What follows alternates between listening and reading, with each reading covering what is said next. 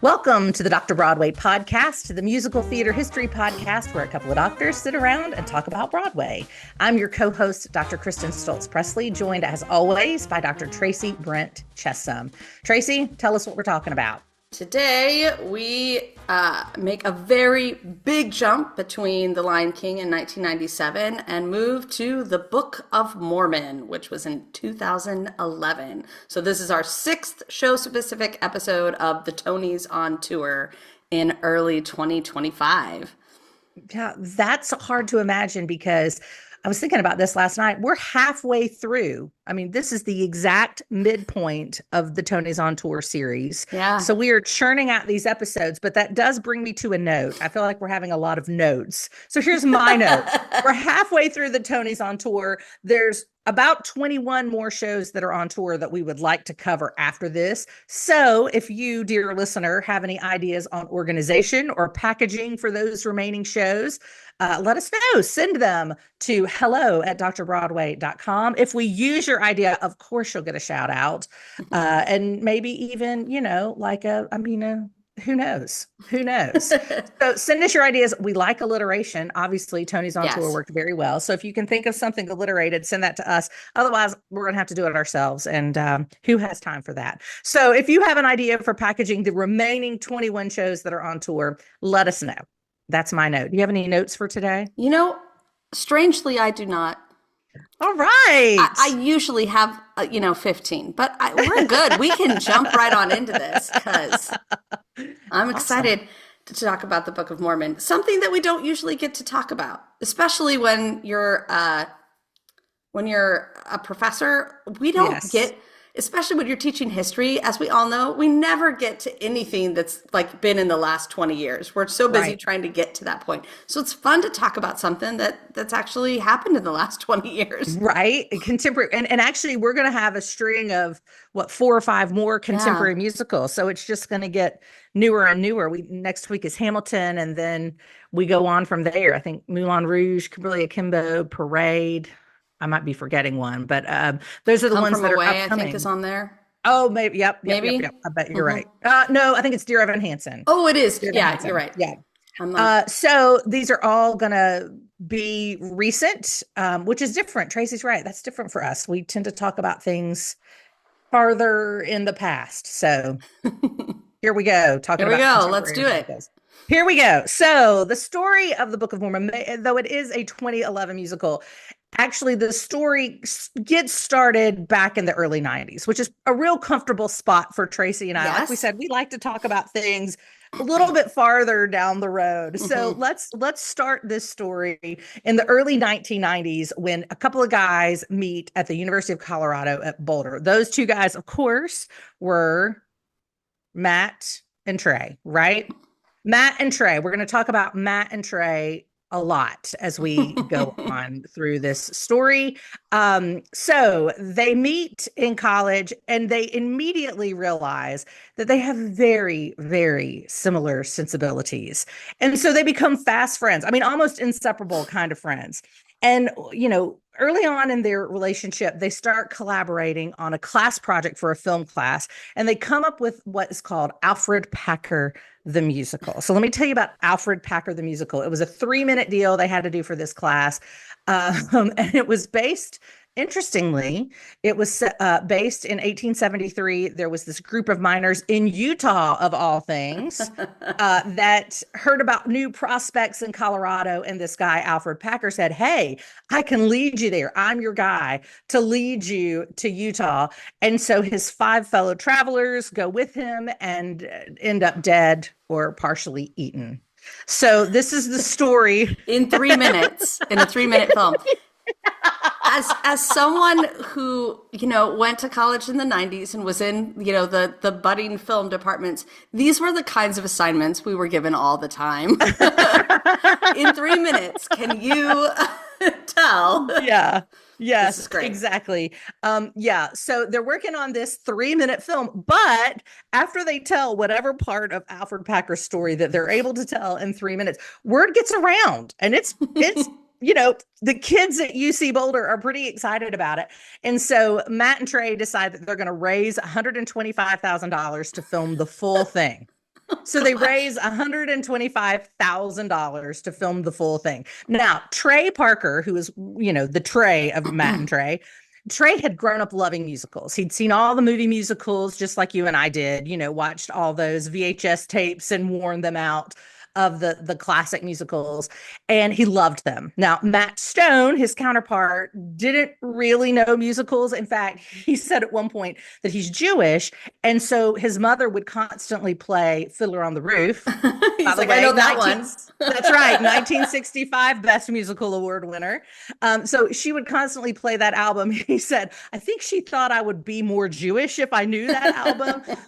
But he says he didn't even realize it was a musical. He just thought it was an album that she liked and would play all the time. So he was not a fan of musicals, didn't really know what musicals were. Trey, on the other hand, loved them. So when they figure out that they're going to turn Alfred Packer, the musical about this cannibal, when they figure they're going to turn it from a 3-minute class project into a full-length film, Trey decides he's going to score it. It's going to be a musical. And so Trey writes, directs, performs, writes all this music for the show. For the film. Matt produces the film and stars in the film, which, like I said, ends up being a musical. Now, interestingly, and I think this will come up again later, one of the numbers is called, I'm going to say it wrong, Spadoinkle. Oh, gosh. There's a lot of titles that I would not read. That's the one that I could.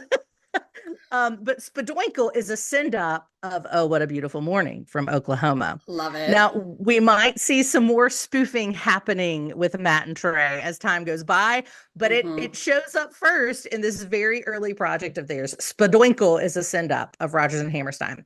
So this film, they filmed it very quickly. In the fall of 1993, they have a big premiere at a cinema near campus, and friends of theirs stage a fake animal rights protest. Oh my gosh. Outside this, which you could do in 1993. Not sure you could. This is the problem is so we have been talking about the Book of Mormon and how we talk about these things, and this is why we're laughing. It's because it's like, oh, a fake animal rights program. You can't do a fake one anymore. This is the grand contradiction that is Trey and Matt and everything that they are associated with. Exactly. But of course, as you can imagine, that protest, if the movie didn't get any attention, the protest certainly did. So guess what? When the papers talk about the protest, what's the protest right outside of? Alfred Packer, the musical. So, it's genius marketing, right? And these two, I think if you don't know anything about them and you realize very, very quickly that they have a pretty good handle on our culture, and are willing to make a splash. They are. Yes, indeed. And so this film, Alfred Packer, is picked up in 1996. A distributor picks it up. They rename it. It's no longer Alfred Packer the musical. It's now Cannibal! Musical. And this is two college guys. These are two college boys. Yes. Yeah, exactly. So these guys are very early 20s, if not late teens, when they start doing this, right? Now, a fun fact about me, I remember Cannibal the Musical when there was a stage production at Dad's Garage Theater in Atlanta in 1998. I actually was an intern in their newsroom, and I was writing theater reviews. And so I got to see Cannibal the Musical at Dad's Garage Theater in 1998. At the time, of course, I had no idea, that Matt Stone and Trey Parker would be what they were, but certainly knew that this was a unique piece of theater. That you're like, what am I watching? And Dad's Garage was known at the time for doing lots of unique pieces of theater, so it was a great fit. That's amazing. Now, the success of Cannibal the Musical, which started out as Alfred Packer, Cannibal the Musical is successful. And so that leads to a couple of other projects, one that Tracey's going to talk about in just a minute, but another film opportunity came their way. They wrote a non-musical film in 1997, which they developed, created, produced, etc. This one's called Orgasmo. Now, here's the elevator pitch for Orgasmo. To pay for his fiance's dream wedding, a devout Mormon missionary acts in a pornographic film as a superhero named Orgasmo. Oh my goodness. So there's your elevator pitch. But I think my favorite part of this episode so far is that you are laughing so hard that your mic is turning you off. I'm sorry. I'm so sorry. No, it's so hilarious. But it's like, it doesn't usually do that. But all of a sudden you get these times where I'm like, oh, she's laughing. I'm watching her laugh. And I'm like, her mic is like, oh no, something has gone wrong. Oh, I think I'm tipping my hand and telling a little bit about my sense of humor. So maybe more than I want to. So pardon me. Pardon me. But at any rate, yeah. So Orgasmo is about a Mormon missionary. I think it's interesting that it's about a Mormon missionary. Now, these two guys, and we'll talk about this more in a minute, these two guys had grown up in Colorado. So we know that Mormonism, the Mormon church, is based in Utah, a neighbor to Colorado. And so they said we were surrounded by Mormons growing up. It was a very normal thing. And so it's interesting that in 1997, we have them making this film about a devout Mormon missionary. And that theme, of course, as we know, will recur in the Book of Mormon. But first, I mentioned that Cannibal led to two projects. One was Orgasmo, but also in 1997, they launched what is potentially their biggest project of all to date. So tell us about it, Tracey. Which is called South Park. So hopefully you haven't turned the episode off and you now are realizing that these strange caveats and discussions that we're having, these are our South Park creators. And if you haven't, if you've lived in the United States, you've heard of South Park, even if you haven't seen it. Matt Stone, Trey Parker, they create a cartoon. Basically, it's an adult cartoon series that takes off in 1997. And the whole point, it centers around 4 grade school boys. And the whole point there is to spoof extremes of issues, and not just spoof one side of it. We're going to spoof both sides in the same episode as far as we can get them apart. And, there's something very, very brilliant about that. I think one of the reasons that South Park works is the fact that they are, how do we say it? There was a really great review of the show when it first came out in the late 90s that said that they are equal opportunity offenders. When I teach about South Park, I call them equal opportunity mockers. It's like there's nothing off limits. And what they'll do is they'll take, whatever is in front of them and try to exploit it to, it as far as the extremes will take it, and then have the characters come back and learn something from it. We learn something from the extremes. Now, most of us as human beings don't need to go to the extremes to learn something new. And that's, I think, what makes it so funny is that it does kind of exploit just how human beings can be ridiculous in many, many ways. And, I think that's one of the reasons this takes off is because that's kind of healthy. It's healthy for us to sit back and go, I've been dying on that hill and maybe I don't need to, Right. Well, and I think it's interesting that you point that out because it reminded me, as you were saying that, of another outstanding comedy, which is a television show called Veep. If anybody is familiar with Veep I believe it was on HBO, but it starred Julia Louis-Dreyfus as the vice president of the United States.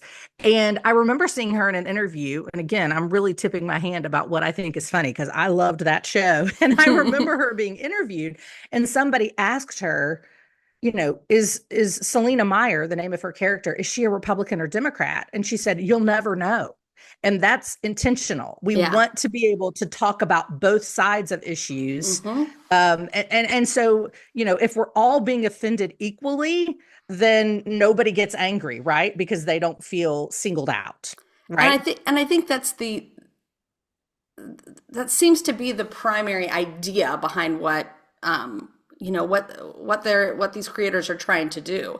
I there's we are at this like weird cultural moment where we're all having to sit down and go, okay, so where is the line between when I'm offended and when I'm not? And is this, if we're all being offended together, does that mean it's okay? And we're having to discuss that. We're actually having to have some really, really important cultural conversations right now. And what's interesting is that this musical is like right smack dab in the middle of it.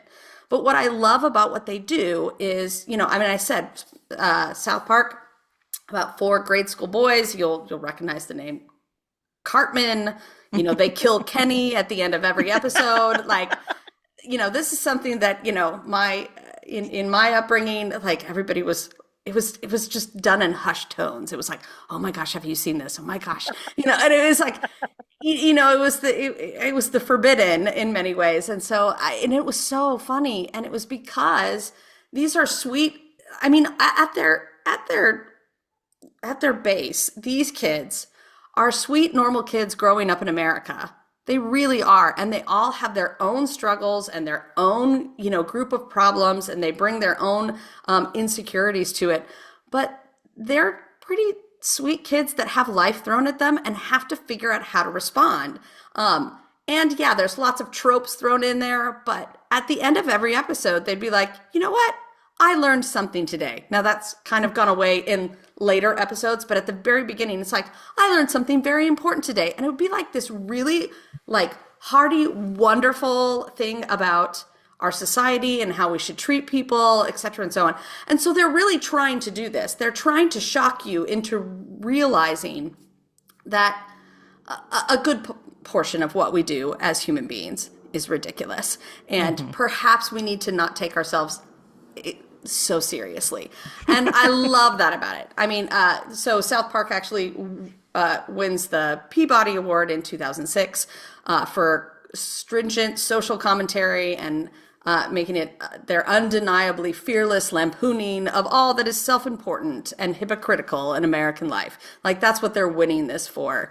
But it's very American and very, very much about kind of what is happening in our country at this point. It does not translate well to other countries. They have tried to put it, I think I read that Australia just banned it completely. They're like, what is this nonsense? This is insane.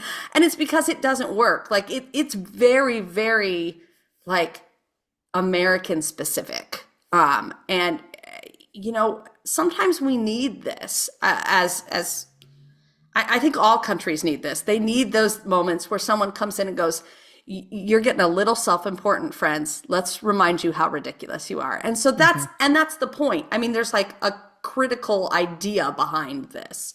Well, and that goes back to Veep as well. Veep is based on, I believe, an Italian show, so they wanted to take the general idea, but they knew that they had to Americanize it to help American audiences to understand it, right? Because the Italian version wouldn't have played well here any more than the American version would have played well in Italy. And we even see that with The Office, right? We have a British version and an American version, and they were both massive hits, but they're both different because we have different audiences, right? So they're speaking to and lampooning and satirizing specific audiences. And that's a real strength of South Park, because that sort of satire and commentary is what we need to kind of stay on track, to not take ourselves too seriously and to realize our own cultural blind spots.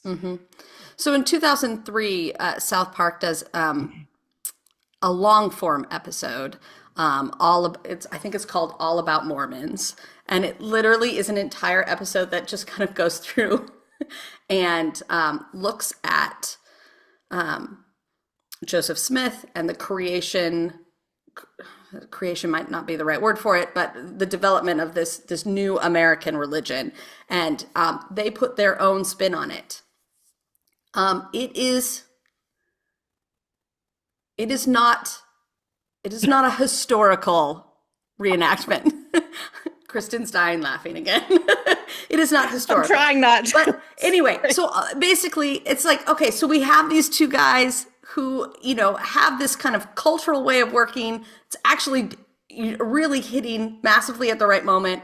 And they, do this bit on the development of the Mormon religion. And at the same time, they meet some of the creators of Avenue Q, which is that's right. At the same time. So I'm going to pick up right there. We're going to have a conversation about another Best Musical Tony Award winner, which was 2004's Avenue Q, created by Jeff Marks, Jeff Whitty, and Robert Lopez. By the way, you probably recognize that name, Robert, often called Bobby Lopez, as the guy who co-wrote the Frozen soundtrack in 2013 with his wife, Kristen Anderson Lopez. So that's probably a name that's familiar with you. But at any rate, we're going to start with Bobby Lopez, because in 1999, he saw South Park, the movie.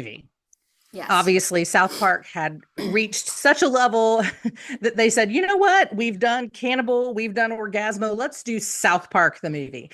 And in 1999, Bobby Lopez sees it. And he immediately thinks to himself, this is what I want to do. Like, these are my people, right? This is what I'm here to do. He wants to do a musical like that. Well, it's not long after that, a couple of weeks is what he says, that an idea pops into his head for what would become Avenue Q, the musical. Now, just a tiny little note about timing. That was 1999. Avenue Q premiered in 2003. 4 years from idea to taking the stage and winning Best Musical. That's unbelievably quick for this day and age. But at any rate, so I just wanted to point that out because I thought it was interesting. At any rate, Parker and Stone, Matt and Trey are Trey Parker and Matt Stone. So I flip-flopped their names. I'm sorry. But they are in New York because they're working on another film. They're working on a film, which is their own puppet film. It's called Team America. Oh, yes. And the producer of that film says to them, hey, there's this puppet show on Broadway. You ought to go see it. Of course, he's talking about Avenue Q, which had just recently opened. And so they go. Halfway through it, they're looking at each other going, man, this is really good. Trey said, remember, Trey's the one who grew up loving musical theater. He said, Matt didn't want to leave. That was amazing. Matt's the one who grew up listening to Fiddler, but did not love musical theater.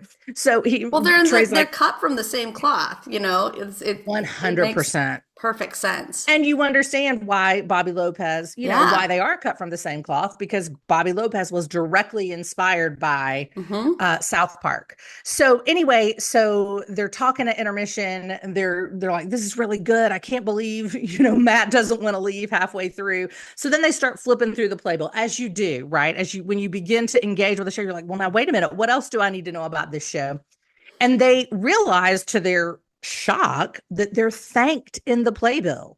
And they thought that was incredibly weird because they didn't know any of the creators. They didn't know Bobby Lopez. They didn't know Jeff Marks or Jeff Whitty. They certainly didn't know Bobby Lopez had seen South Park, the movie, in 1999. So they knew none of this. They're just like, why are we thanked in the playbill? Well, years later, Bobby Lopez set the record straight. He said, I saw that movie in 1999. And because that was my starting point for Avenue Q, it only made sense that they had to be thanked. So that's why they ended up in the playbill.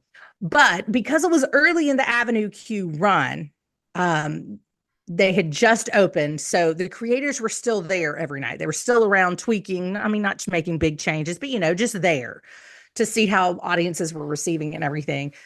So Lopez happened to be in the audience that night that Matt and Trey were. And so one of the producers of the show said, listen, you need to know Matt Stone and Trey Parker are here. So, of course, Bobby Lopez is ecstatic. He goes and introduces himself. The three of them end up going out for drinks after the show at a bar across the street from the theater. And while they're having drinks, they're kind of talking, what's next? Matt and Trey were like, young lad. He's just a couple years younger, but they felt like elder statesmen, They're like, what's next for you, young man? And Bobby Lopez says, well, I've always wanted to do something about Mormonism and its founder, Joseph Smith. Which, What I'm are the sorry. chances? No, because I'm sure what he did was he had been watching South Park and was Right. like, they just put out that episode. And he was Right, like, well, right, I right, right, really right. would love to keep doing what Yeah, you're doing there. right. Well, Parker and Stone, Matt and Trey are sitting there and they're like, oh my gosh, we've done a movie about a Mormon missionary. We've done a whole, like Tracey mentioned, a whole South Park episode about Mormonism. We're so into that idea. And Lopez, like I said, he was a couple years younger. He was a big fan of Matt and Trey. So he said, listen, you can have it. If you want to do it, you have it. He said, honestly, I'd rather see what you do with it than what I do with it, because I think you'll have more success. And that's when Parker was like, listen, thanks, dude, but let's do it together. Let's do it together. And so that's when it was all set that night in 2003 after a performance of Avenue Q. And, they were off to the races. Now, that 4 year, I mentioned, that Bobby Lopez had seen South Park the musical, or South Park the movie, rather, in 1999. And then the show premiered in 2003.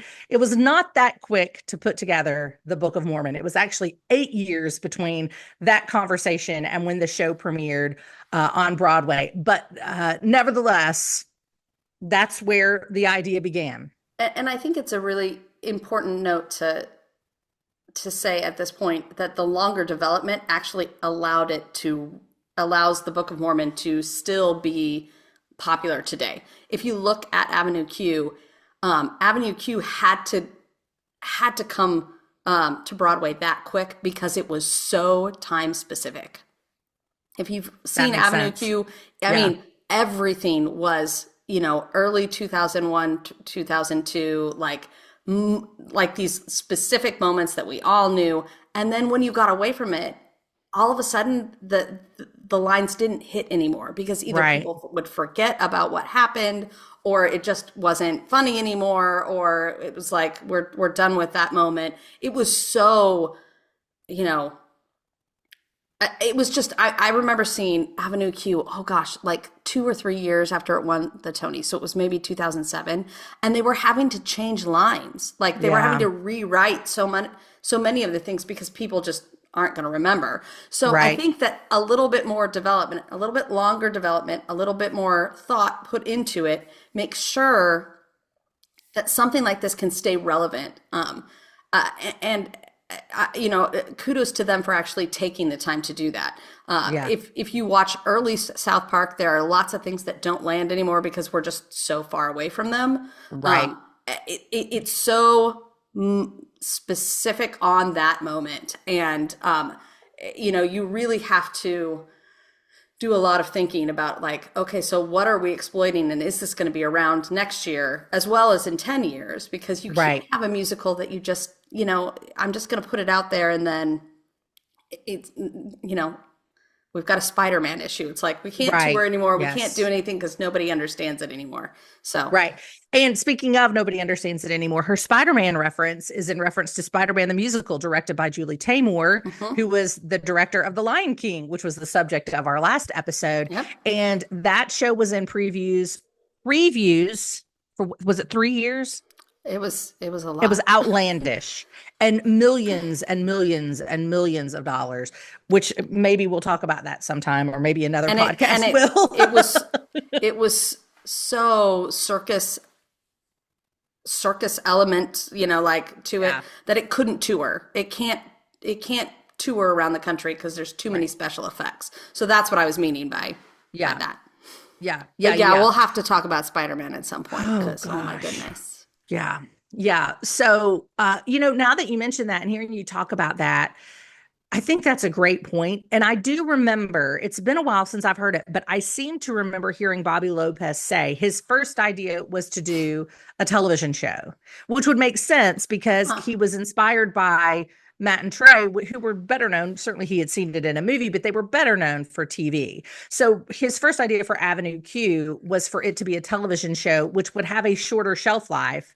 So it could comment on more immediate social issues in the same way South Park had. Yeah. Whereas with the Broadway musical, it does need to be more, with a Broadway show in general, it needs to be more generalized so that it's not so specific so that it limits its run. I think that's a great point. So I'm glad you brought that up.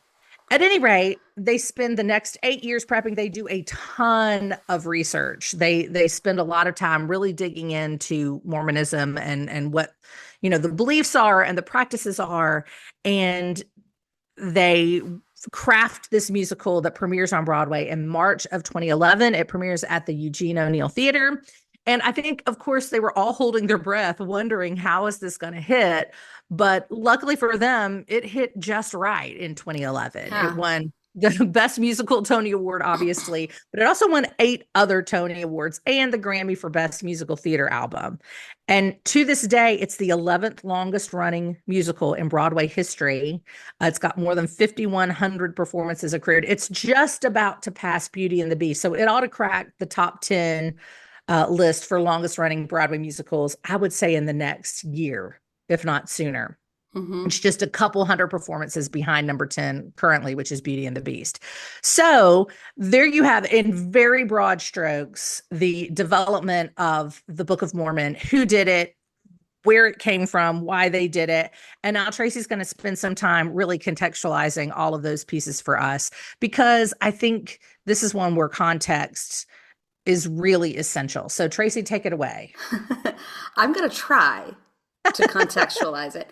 I think one of the things that we have to remember is that it's very, very hard to contextualize something in the last 20 years, because it's going to get so much clearer for us in the next 20, 30 years. We'll be able to look back and be like, this is what was happening in America, because I truly believe that kind of this moment that the South Park creators started tapping at in the end of the 90s, we're just getting to the climax crisis point of kind of who are we as Americans? What do we actually believe? What do we think? What is right, wrong? How do we treat other people? So many different things that we're having to deal with as a society right now. But I think that they kind of started cracking that in the middle, in the late 90s, and it's been a long discussion, and I don't think we're done with that yet, because I don't think we're done with that discussion. I think that we're going to need there's going to be some clarity in later years, and we're going to need to wait for that. So we're going to do the best that we can right now. What I want to make sure that we talk about is just that the Book of Mormon obviously has content warnings on it. When you go to see it, you're seeing a show that is not, it's not, they don't try to market it as quote unquote what we would know as family friendly, no one under 4. It says no one under, I think 6 or something like that. They're like, please don't even try. And if, you are here's a list of things that, that the creators are mocking, basically. Remember that equal opportunity mocking. So it's like we're going after a major religion in America, the development of such, basically calling it a fraud in many ways, that it's made up, and going after kind of global reform in the United States participation in kind of global reform, in the help for global poverty. We kind of go after that. We go after African folks. They go after gay folks. We go after all religious folks whatsoever. We go after the musical theater folks. There's a lot in this musical that is designed to poke people. I'm going to say poke because I don't like the word trigger, because I think it has a very, very different connotation. I agree with that. And remember, in 2011, we weren't using those words yet. And I think that's another part of the watching this kind of discussion play out. It's the whole point is to poke you. Right.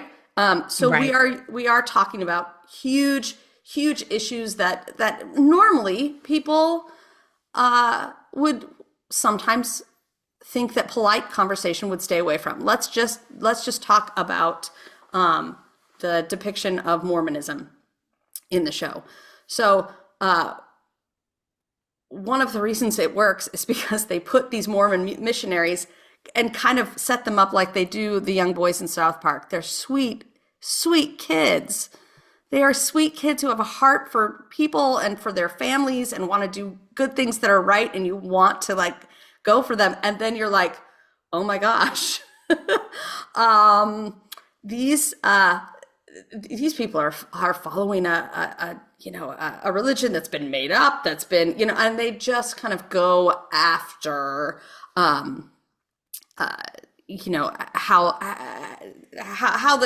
how the religion was meant to be and how they go about proselytizing.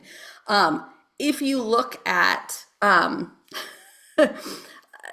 in particular, it's not something that in polite conversation we do. We may have reservations about other religions, because I don't know, let's just talk about America. Like, everybody believes their own stuff, right? Like, they all believe like what they were brought up in, and it's very, very hard to kind of make changes to another one without people thinking like, you're gonna go to hell, this, that, and the other thing. Like, that's just kind of a part of our nation. So, but one of the things that we don't do in polite conversation is usually come right out and say it.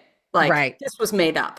And that's essentially what they do. Yeah. Like, they're like, the Mormon, this was one guy who was having to make things up because he was in trouble. This is what, Joseph Smith did. And we don't say that. No. Do we? Because we also, one of the reasons we don't is because we don't want it coming back on us. So one of the reasons why we talk about like looking at the content warnings for the musical, like the religious folks, you don't just have to be Mormon to be like, ooh, right? Some of the people that came out and were very, very concerned about the musical at first were actually evangelical folks who were like, if they can do this to the Mormons, what are they going to say about us? And I don't like that. It makes me a little bit nervous, which is why the musical incorporates like the song I Believe in the Book of Mormon. And it's like, I believe that God has a plan for all of us. If you look like the lyrics, I believe that God has a plan for all of us. I believe that part of that plan is me getting my own planet. And it's like, wait a minute, hold on, wait, where did we just go? But yet it sounds like a song from Stephen Curtis Chapman, and in the throes of the late 90s resurgence of Christian contemporary music. Yeah, exactly. Yeah. So we have all of these moments. We don't talk about them out loud, but when they're exposed for us, it's that quiet voice inside of us, I think, sometimes, that it's like, oh, I've thought that before. Oh, I'm not allowed to say that. But they're saying it right out loud. And we're having to kind of go, okay, so if we're just saying that's not for polite conversation, does that mean that we really think that or not? This is what I mean is like they're exploiting. And you really have to see the show to really understand that they're exploiting both sides of the issue. And they're making you uncomfortable. For a purpose, because we have to interrogate all of this as a society. If we are okay with saying that the Mormon church was made up, all of the stuff is made up, okay, so now let's then flip the sides and let's take this into evangelicalism and say, okay, well, why don't we say that about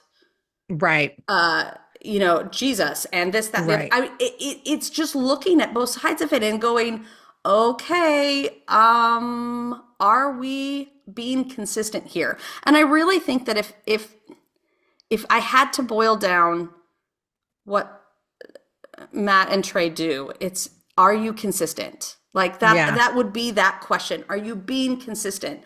And it's hilarious how inconsistent human beings are. So I think that's that first kind of point about it. Now, I think it's really very, very, very important. I think a lot of people are like, oh, we don't want to, how do we put this? Like, I think a lot of folks would leave the hard stuff out, because it's like, we don't need to go there. But I think that our society really does need that. We need these kinds of moments. We need these kinds of shows, because it teaches us more about ourselves, that we're just like, I'm just going to put that over here. We have, when we're forced to reckon with it. And I think it works in 2011,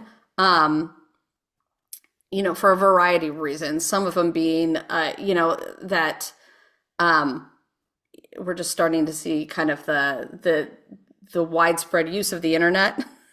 And so we're actually getting a much bigger taste of how inconsistent we are, because we're starting to learn about things in real time. And outside of our own, outside of our own communities that we can see and touch and feel ourselves, we're able to get a window into the world that we hadn't had previously. Exactly. I mean, following that on 9/11, and just the fact that changes the whole viewpoint of the country, who are like, why would anybody want to actually attack us? Like, I don't get that. And then you get that internet usage, then you get the birth of social media. You've got global instability that we're actually seeing in real time for the first time, because really up until that point, we're only seeing what the news media wants to show us. And, we go from there into climate change and global warming and all of the discussion around that, into that Great Recession, shifting attitudes on, LGBT rights and what makes a family and all of these different things, and what we're allowed to do and not do. And what we're allowed to say and not say is a huge part of the discussion of the late aughts, early, the early teens. Yeah. I always go back to that Supreme Court decision, 8-1, that allows Westboro Baptist to picket military funerals. At that point, it's like, what are we allowed to do? What are we not allowed to do? What does our Constitution say? Who are we? Like, just so much that I think that American society is having to kind of put together. But this particular musical means that it puts everybody in a position to gatekeep their own stuff. I like to use the word gatekeep, like, whether you're a religious folk or you're part of the LGBT folk or the musical theater folk. I always like put them in there, because they're not really the cultural zeitgeist friends, but musical theater people were like, this is a lowbrow musical review or vaudeville, and I don't like it. The amount of people that were like, this debases.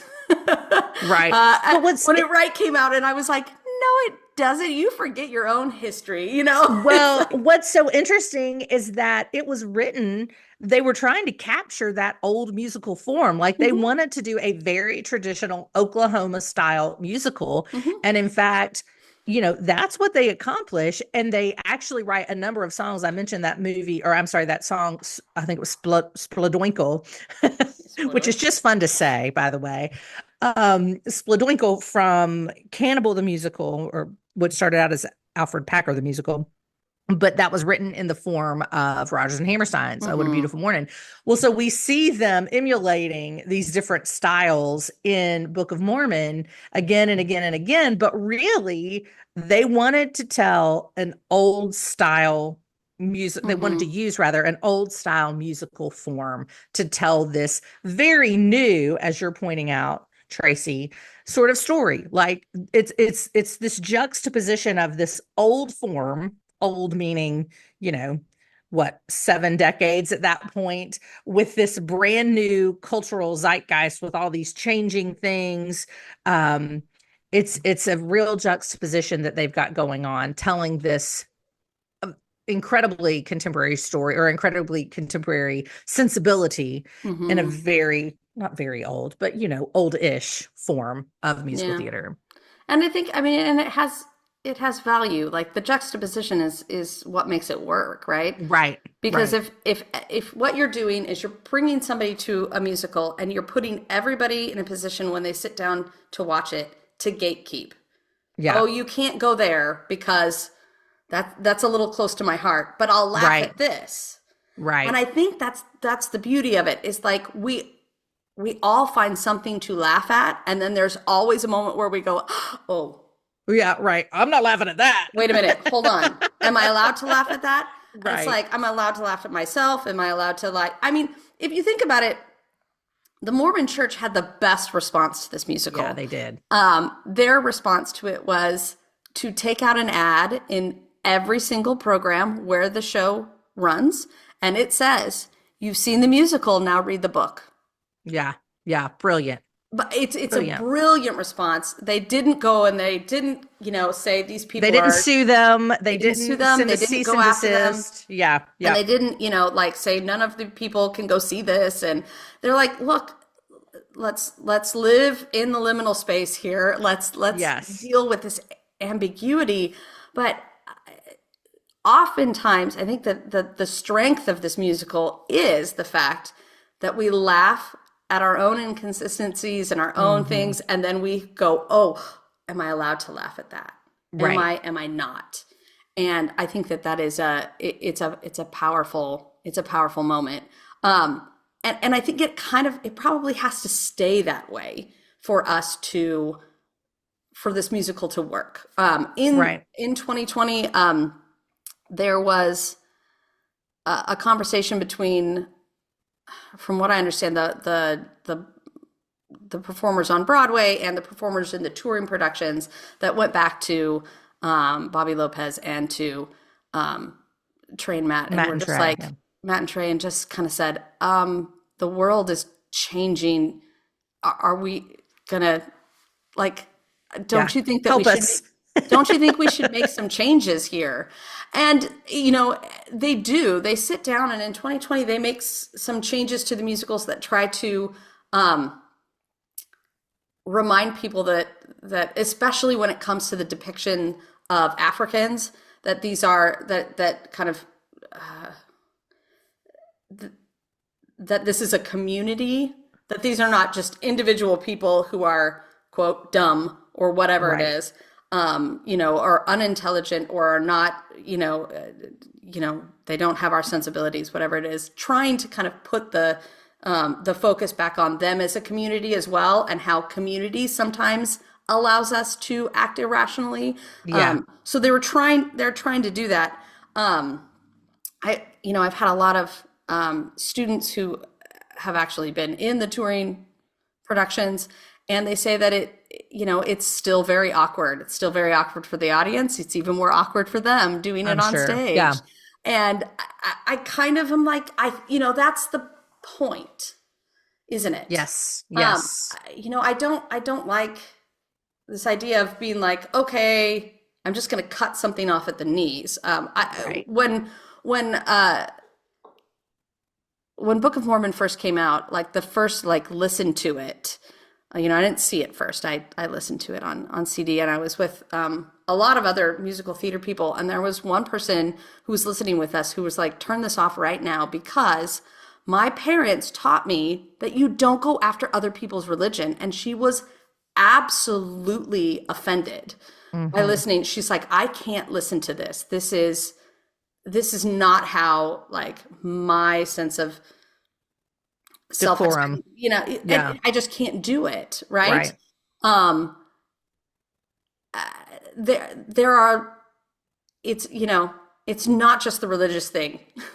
There's 6 or 7 other things that you're going to be offended by too. And, Right. and so many, Buckle up. buckle up. Like, it gives us that, and I respect her so much for saying that at that moment. And everybody comes at this and has a very different response.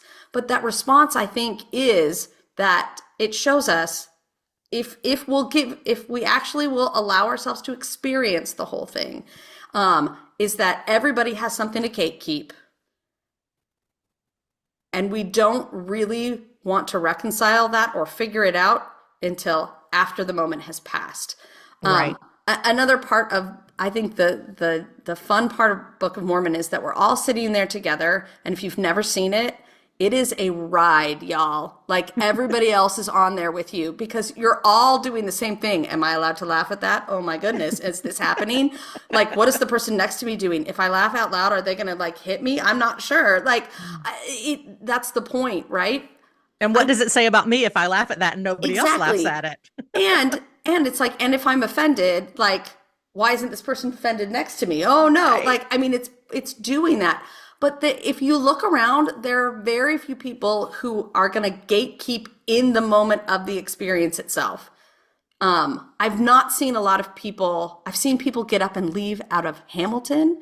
I've not actually seen a lot of people get up and leave Book of Mormon. Yeah, because it is a ride. It's meant to take you on this. And I think that actually is a sign of pretty good art, because afterwards you're having to reckon with yourself and go, what made that funny to me? Is that who I am?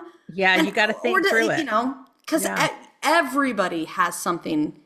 I think it would be the very rare person that didn't get buzzed. Yeah, of course. Right? And, of course. And it occurs to me that, we have been lampooning religion through theater since the beginning of Western style theater, right? I mean, that's how it started, was with satyr plays and things like that, where we're lampooning the gods, the mythology, and so I think it's very appropriate that this is continuing to happen. Even more recently, Tracey and I were talking before we started recording about the Righteous Gemstones, and the Righteous Gemstones takes this same sort of look at evangelicalism, at the megachurch movement, and it really causes you to think, whoa. But at the same time, you're laughing so hard that it's a spoonful of sugar to help the medicine go down, right? And so you're just enjoying it. But there's definitely something to be gained. And, when I saw Book of Mormon, as I walked out of it, I thought, this is not specific to Mormonism, as you're saying. This is about faith in whatever you have faith in, whatever you blindly accept as true and real. This is telling you, watch out, be sure that it's true and real, right? Be sure you really push against it and question why you accept it and why you follow it and why you pattern your life after it. It's not just, oh, let's get the Mormons. And you're absolutely right. Their response, the Mormon Church's response, was unbelievably spot on. It was so great. And even Matt and Trey, I heard them give an interview, and they talked about how throughout the process, the Mormon Church has been so good and so receptive. They're free speech absolutists, man. They let us, they just let us have our space, and compare that to, like the Church of Scientology, where they will send you a cease and desist if you dare speak negatively about. So there's a lot to be said for the players here. But I do think it's important to point out that we have been mocking religion with theater from the jump. Yeah. So this is nothing new. No, it's not. And it's good for us. Yeah. Not just the religious part of it. I mean, when you watch the musical, it's not just about the religion that right. It's about, relationships, and it's about how we, as Americans, see the rest of the world, our understanding of our global responsibility. Like, there's so much in here.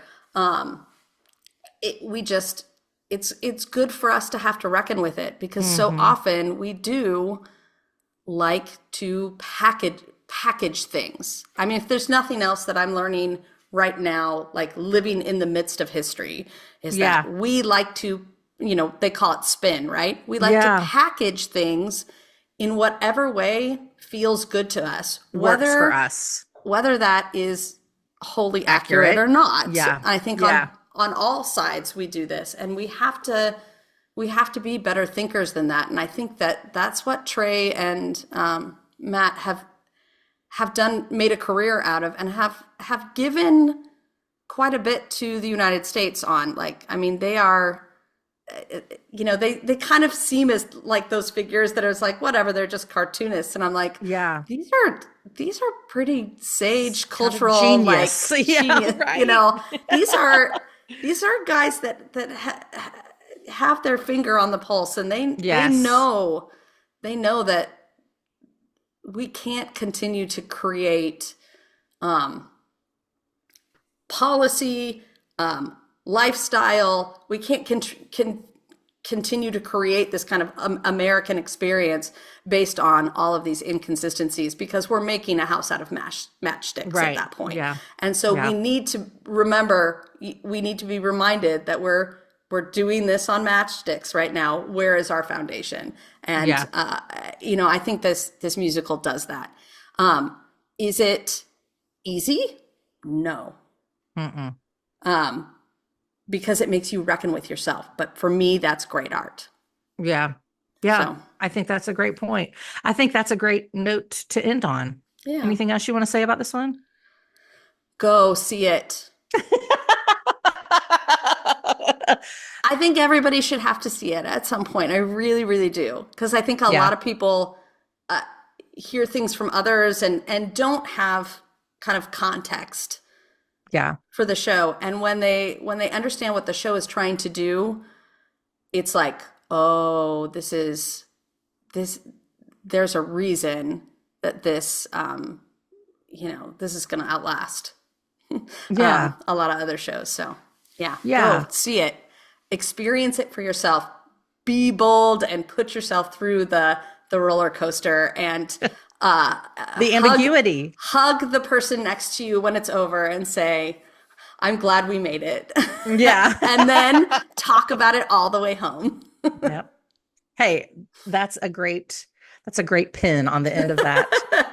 So we're going to, with that wisdom, we're going to call it a day. So that'll do it for this episode of the Dr. Broadway podcast. Tune in next time when we'll be talking about 2016's iconic Hamilton, which, in addition to the Best Musical Tony Award, also won a Pulitzer Prize for its multi-hyphenate creator, Lin-Manuel Miranda. Until then, connect with us via email at hello@drbroadway.com or on Instagram, YouTube, or TikTok at Dr. Bway Podcast.